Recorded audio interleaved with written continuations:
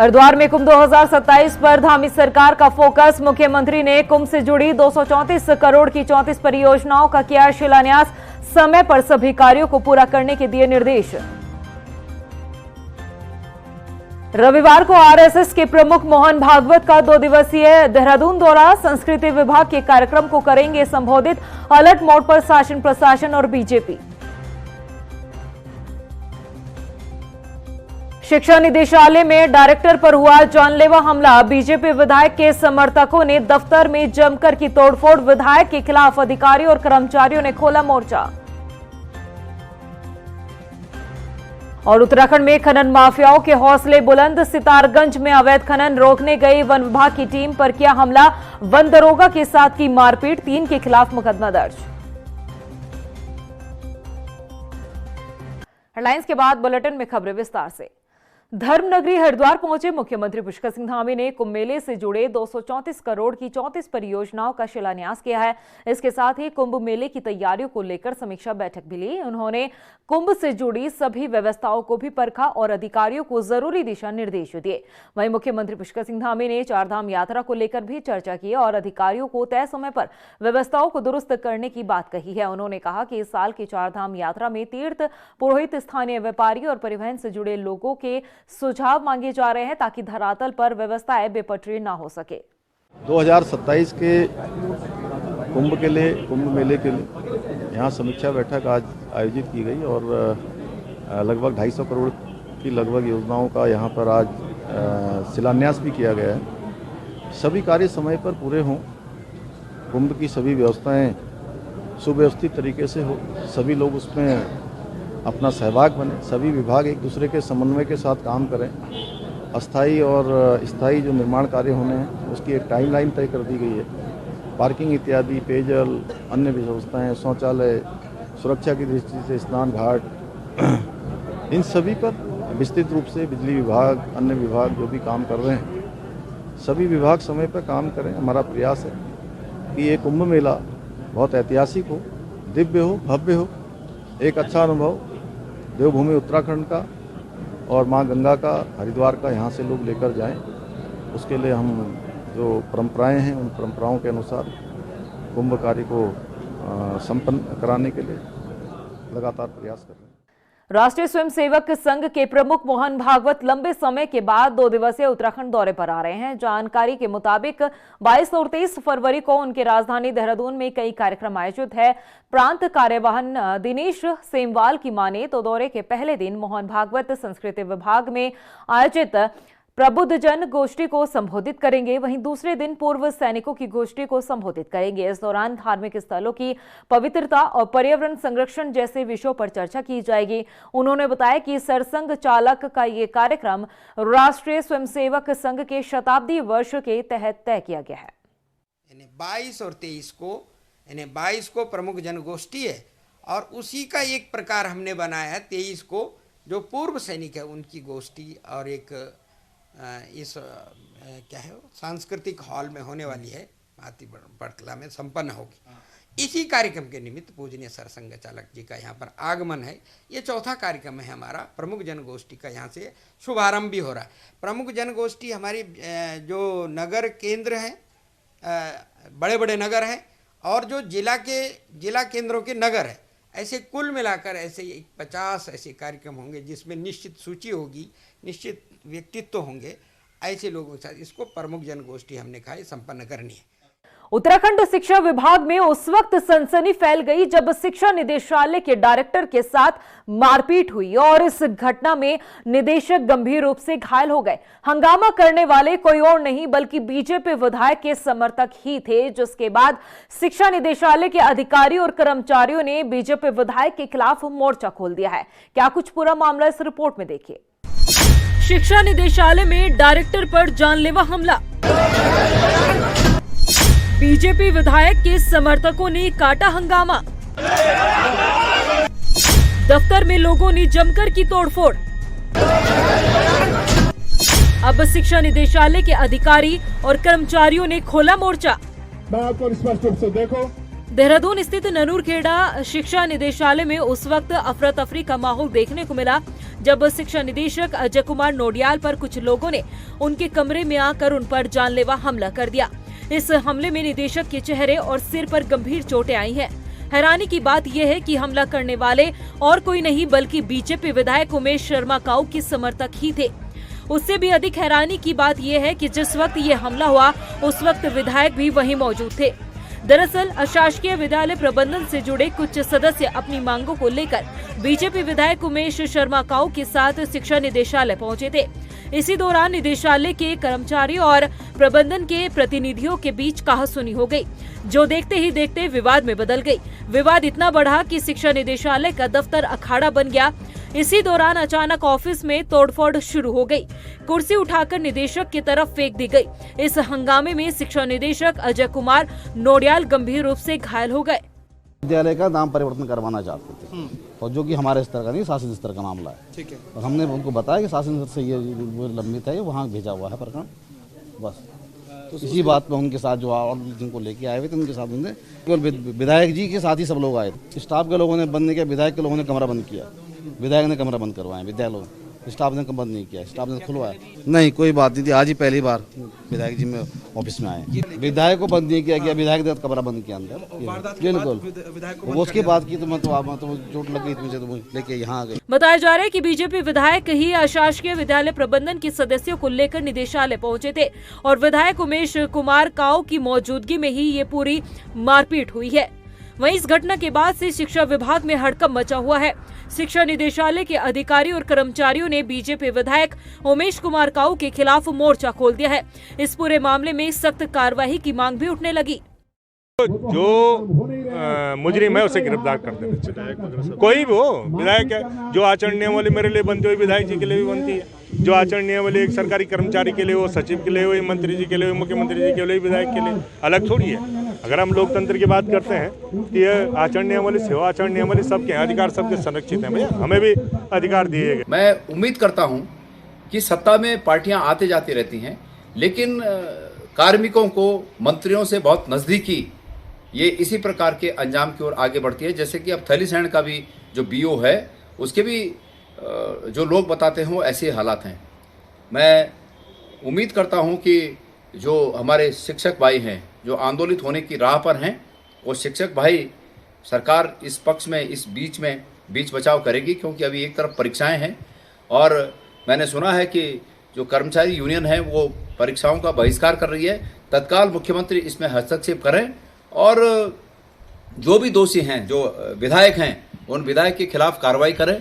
उन विधायक के खिलाफ एफआईआर दर्ज हो, कानून के हिसाब से कार्रवाई हो और जो परीक्षाएं हैं वो बाधित न हो सके। मुख्यमंत्री इसमें हस्तक्षेप करें, अन्यथा स्थिति बद से बदतर होने में कोई देर नहीं लगी। वाकई ये मामला बेहद निंदनीय और संवेदनशील है। इस प्रदेश में जब अधिकारी ही सुरक्षित नहीं है तो आम जनता कहां जाएगी? कानून को अपने हाथ में लेने वाले जब अधिकारी को कुछ नहीं समझ रहे हैं तो जिम्मेदार पुलिस प्रशासन आम जनता को कैसे सुरक्षा का भरोसा दिला पाएगा? एक जिम्मेदार जनप्रतिनिधि की मौजूदगी में ऐसी घटना होना अपने आप में गंभीर सवाल खड़ा करता है। रफ्तार मीडिया के लिए देहरादून से सुशांत सिंह के साथ ब्यूरो रिपोर्ट।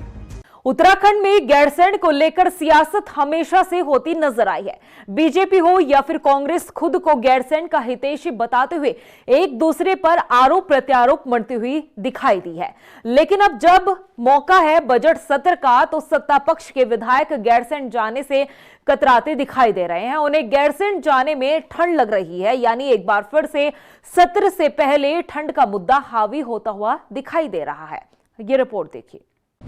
गैरसैंण जाने से सत्ता पक्ष के विधायकों का किनारा। हर बार की तरह इस बार भी ठंड को बनाया बहाना। बीजेपी विधायक दिलीप रावत नहीं चढ़ना चाहते पहाड़। माननीयों की ऐसी स्थिति में कैसे होगा गैरसैंण का विकास? गैरसैंण उत्तराखंड की राजनीति का हमेशा से मुख्य केंद्र रहा है। बीजेपी हो या फिर कांग्रेस, दोनों ही दलों ने खुद को गैरसैंण का हितैषी बताने में कोई कमी नहीं छोड़ी। लेकिन जब जब गैरसैंण स्थित भराड़ीसैंण में विधानसभा सत्र की बात होती है तब माननीयों के लिए पहाड़ चढ़ना मुश्किल हो जाता है। उन्हें ठंड लगने लगती है। साल भर में सिर्फ 1 या 2 बार ही ऐसे मौके आती है जब अस्थायी राजधानी देहरादून से उठकर पूरी सरकार ग्रीष्मकालीन राजधानी गैरसैंण के भराड़ीसैंण विधानसभा भवन पहुंचती है।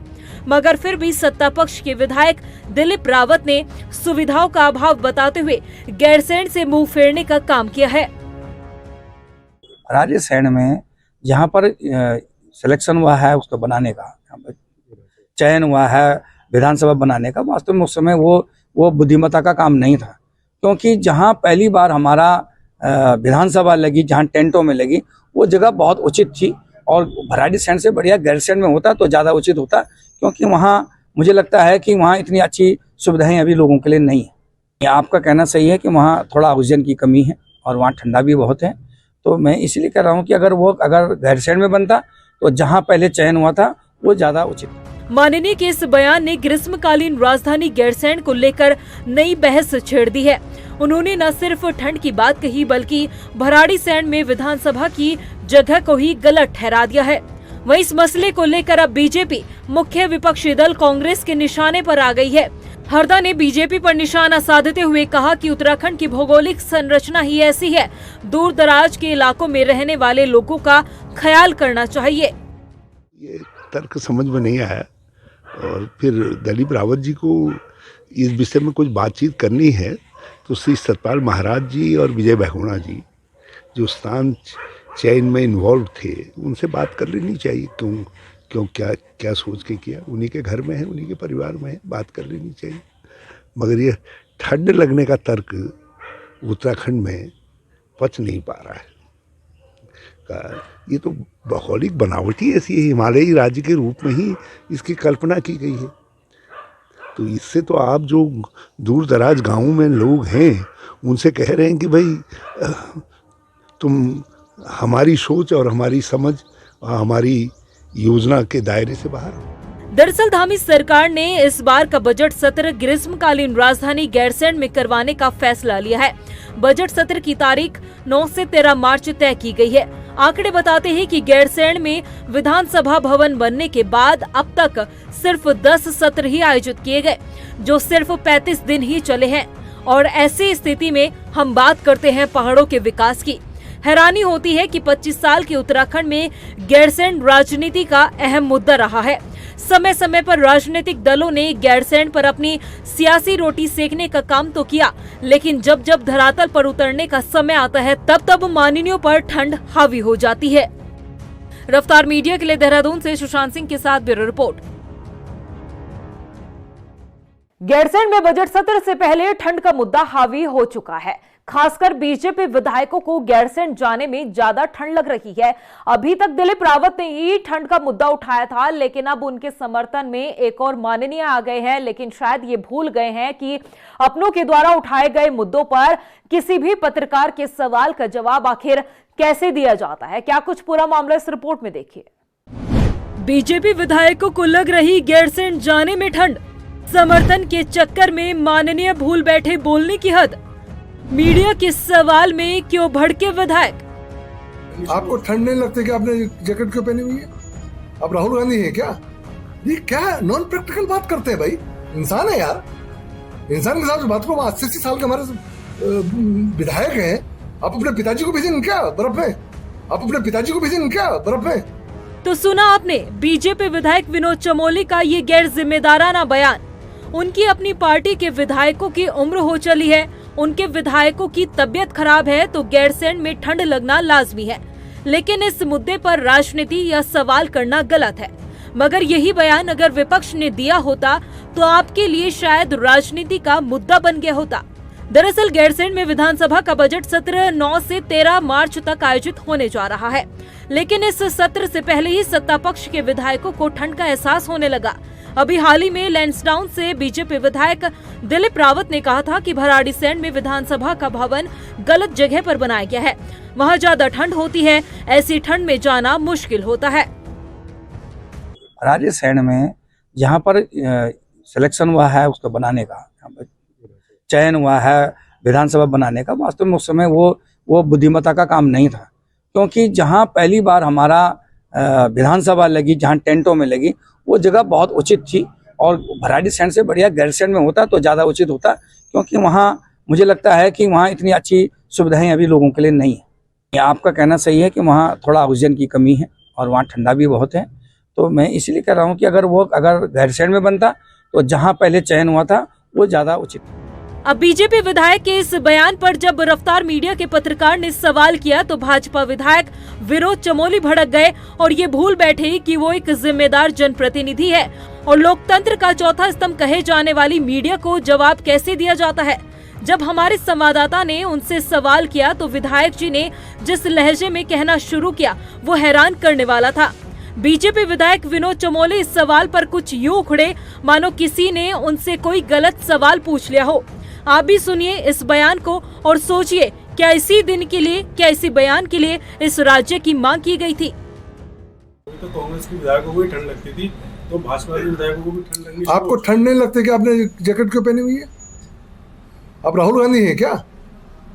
ये कहते हैं वो ठंड से डरते इसलिए ठंड लगता है। आजकल वो इस गर्मी में भी वहां पूरा फुल बाजू का पहन के घूम रहे हैं। ये क्या नॉन प्रैक्टिकल बात करते हैं भाई? इंसान है यार, इंसान के साथ बात करो। 80 साल के हमारे विधायक हैं, आप अपने पिताजी को भेजेंगे क्या बर्फ में? मुझे बताइए ना, कोई कैसी नॉनसेंस की बात करते लोग यहाँ समाज में। अपने 80 साल के पिता को, 75 साल के पिता को क्या बर्फ में कोई बिना गर्मी के इंतजाम करे बिठा देगा क्या? अरे वो भी किसी के पिता हैं, किसी के परिवार हैं। वो ठीक है, वो जनप्रतिनिधि ने, उन्होंने चुनाव लड़ लिया, तो चुनाव लड़ना अपराध नहीं है भैया, लोकतंत्र का हिस्सा है। जीवन उनका भी है, सुरक्षा उनको भी चाहिए। अब क्योंकि जनप्रतिनिधि है इसलिए उनको मर जाना चाहिए? ये थॉट कहां से आ रहा है भाई? इस तरह का विचार कहां से आ रहा है? कौन इन बातों पर बात कर रहा है? विधायक जी, शायद आप ये भी भूल गए हो कि गैरसैंण को ग्रीष्मकालीन राजधानी आपकी ही सरकार ने घोषित किया था। वहां जाना, वहां का विकास करना, लोगों की मूलभूत सुविधाओं का ख्याल रखना या फिर वहां पर सत्र आहूत करना आपकी सरकार की जिम्मेदारी है, ना कि आम जनता की। आम जनता का पहाड़ पर जाना या ठंड में रहना उनका निजी फैसला हो सकता है, लेकिन आप, आपकी सरकार या आपके विधायक पहाड़ चढ़ने या ठंड में गैरसैंण जाने में मन मर्जी नहीं चला सकते, क्योंकि आप और आपकी सरकार से जुड़ा हर विधायक एक जनप्रतिनिधि है जो जनता द्वारा चुना गया है। फिर अगर विधायक जी आज ठंड लगने को सही मान रहे हो तो क्या ये भी मान लिया जाए कि भराड़ी सैंड का विधानसभा भवन गलत जगह पर बनाया गया है? और अगर ऐसा भी है तो क्या कभी निर्माण को लेकर किसी ने कोई सवाल पूछा? सवाल यहाँ ये भी है कि क्या इसी दिन के लिए इस राज्य के लोगों ने आंदोलन किया और अपने लिए अलग राज्य मांगा? रफ्तार मीडिया के लिए देहरादून से सुशांत सिंह के साथ ब्यूरो रिपोर्ट। उधम सिंह नगर में घमासान मचा हुआ है। बीजेपी विधायक अरविंद पांडे एक बार फिर से चर्चाओं में आ गए हैं। इस बार अरविंद पांडे ने कुछ ऐसा किया है कि वो न सिर्फ स्थानीय प्रशासनिक अधिकारियों को मुश्किल में डालने वाले हैं, बल्कि सरकार के लिए भी मुश्किल खड़ी कर सकते हैं। क्या कुछ पूरा मामला है, इस रिपोर्ट में देखिए। उधम सिंह नगर में बीजेपी में मचा घमासान रुकने का नाम नहीं ले रहा है। हालात ये है कि अब बीजेपी के दो गुटों में शीत युद्ध में स्थानीय प्रशासनिक अधिकारी भी पिस रहे हैं। दरअसल हाल ही में गदरपुर से बीजेपी विधायक अरविंद पांडे पर आरोप लगा कि उन्होंने सिंचाई विभाग की जमीन पर कब्जा कर रखा है। स्थानीय प्रशासनिक अधिकारियों ने बकायदा इस संबंध में एक नोटिस निकाला और ये नोटिस अरविंद पांडे के जरिए कथित तौर पर अतिक्रमण किए गए हिस्से पर चस्पा कर दिया।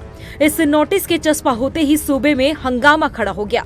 अरविंद पांडे के सैकड़ों समर्थक खड़े हो गए। इस मामले में अब एक नया मोड़ आया है। विधायक अरविंद पांडे ने अब एक ऐसी चिट्ठी लिखी है जिसने अधिकारियों को ही पसोपेश में डाल दिया है। दरअसल विधायक अरविंद पांडे ने उधम सिंह नगर के अधिकारियों को एक पत्र लिखा है जिसमें उस भूमि को कब्जे में लेने का अनुरोध किया है जिस पर हाल ही में कथित तौर पर अतिक्रमण किए जाने का आरोप लगा और नोटिस चस्पा हुआ। सरकार द्वारा नोटिस लगाया गया कि ये जमीन सरकारी है। हो सकता होगी और हो सकता है कि मेरी जानकारी में या हो सकता है जानकारी में ना भी हो, लेकिन जिम्मेवारी मेरी बनती है।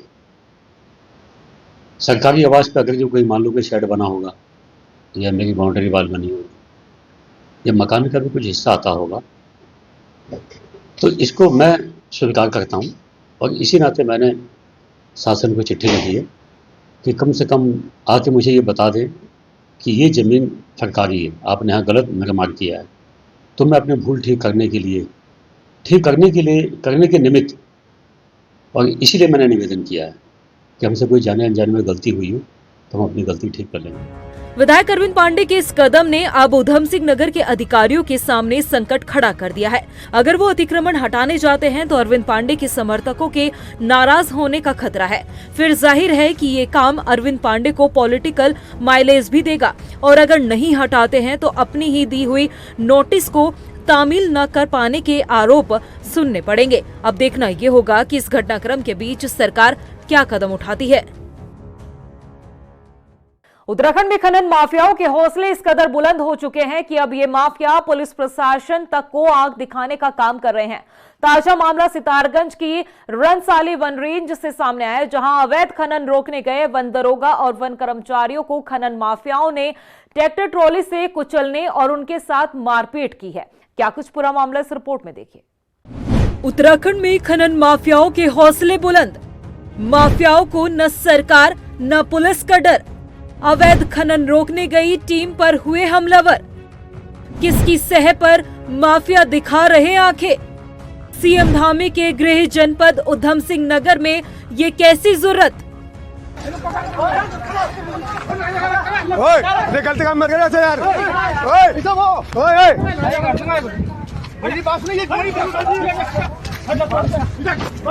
इस वीडियो को देख कहा जा सकता है कि इन खनन माफियाओं को न तो सरकार का खौफ है और न ही इन्हें पुलिस का डर। यही कारण है कि मुख्यमंत्री पुष्कर सिंह धामी का गृह जनपद होने के बावजूद यहाँ खनन माफियाओं के हौसले इस कदर बुलंद है कि ये माफिया गुंडागर्दी करने पर उतारू हो चुके हैं। दरअसल ये मामला उधम सिंह नगर जिले के सितारगंज की रनसाली वन रेंज का है, जहां वन विभाग के अधिकारी आरक्षित वन क्षेत्र में गश्त कर रहे थे। जब गश्त टीम कैलाश नदी किनारे पर पहुंची तो आरक्षित वन क्षेत्र से 3 ट्रैक्टर ट्रॉली में अवैध खनन सामग्री भरी जा रही थी। वन दरोगा ने खनन माफियाओं को कागज दिखाने को कहा तो टीम को कागज वो नहीं दिखा पाए, जिसके बाद वन विभाग की टीम ने खनन से भरे वाहनों को रेंज कार्यालय ले जाने की बात कही, जिस पर आरोपी भड़क गए और फिर उन्होंने वन विभाग की टीम के साथ बदसलूकी की। इतना ही नहीं, ट्रैक्टर ट्रॉली से उन्हें कुचलने का प्रयास भी किया। गलती काम मत कर यार। जब वो अपने मंसूबों में कामयाब नहीं हुए तो उन्होंने वन दरोगा और वन कर्मचारियों की मौके पर जमकर पिटाई की। इतना ही नहीं, उनकी वर्दी तक फाड़ डाली, जिसका एक वीडियो सोशल मीडिया पर जमकर वायरल हो रहा है। गलती काम मत कर यार।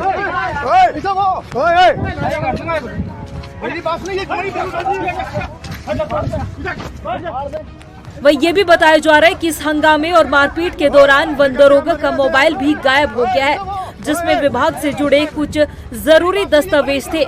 इतना ही नहीं, दबंगों ने वन टीम को झूठे मुकदमों में फंसाने तक की धमकी दे डाली। वन कर्मचारियों ने किसी तरह मौके से भागकर अपनी जान बचाई और इस पूरे घटनाक्रम के बाद वन विभाग के दरोगा की तहरीर पर सितारगंज पुलिस ने साधु नगर निवासी राजकुमार समेत 3 लोगों के खिलाफ मुकदमा दर्ज, जांच शुरू की। गलती काम मत कर यार।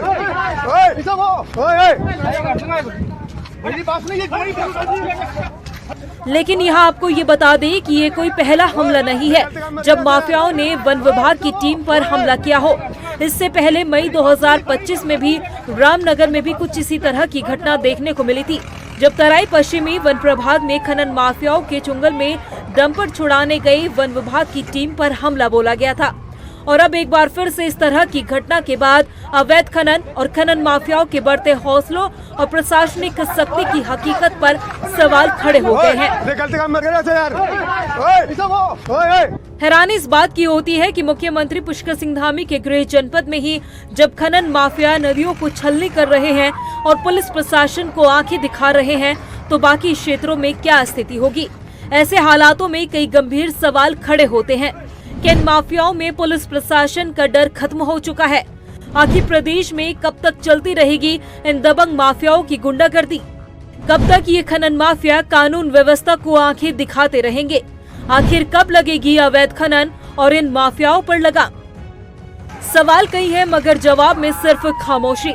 लेकिन अब देखना ये होगा कि खनन माफियाओं के बढ़ते हौसलों पर शासन प्रशासन की तरफ से कोई ठोस कदम उठाया जाता है या फिर जंगलों में यूं ही ये माफिया और इनके ट्रैक्टरों की गर्जना कानून के डर को कुचलती रहेगी। रफ्तार मीडिया के लिए देहरादून से ब्यूरो रिपोर्ट।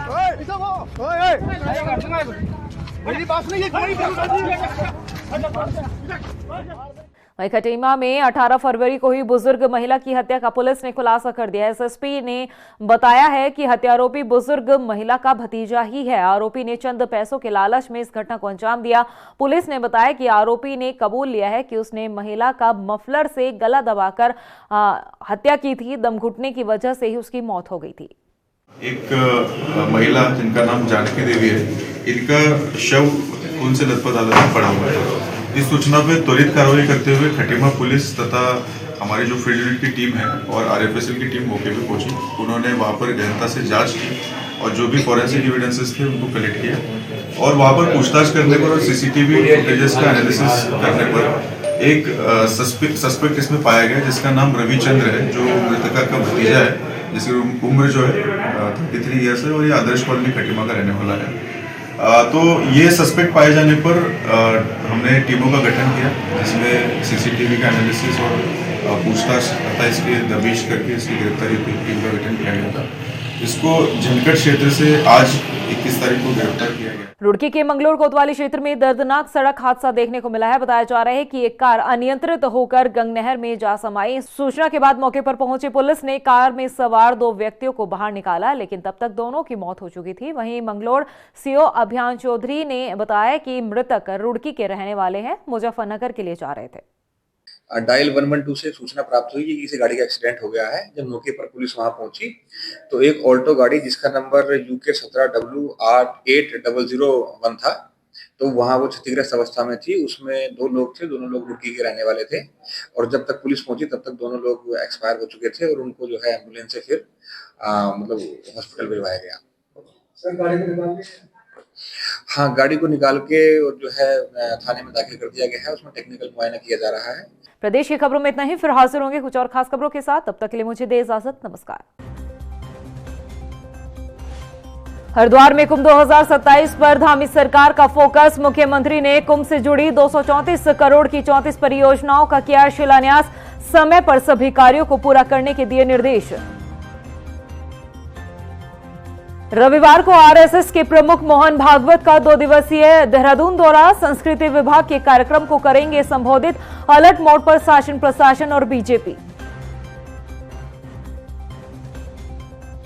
शिक्षा निदेशालय में डायरेक्टर पर हुआ जानलेवा हमला। बीजेपी विधायक के समर्थकों ने दफ्तर में जमकर की तोड़फोड़। विधायक के खिलाफ अधिकारियों और कर्मचारियों ने खोला मोर्चा।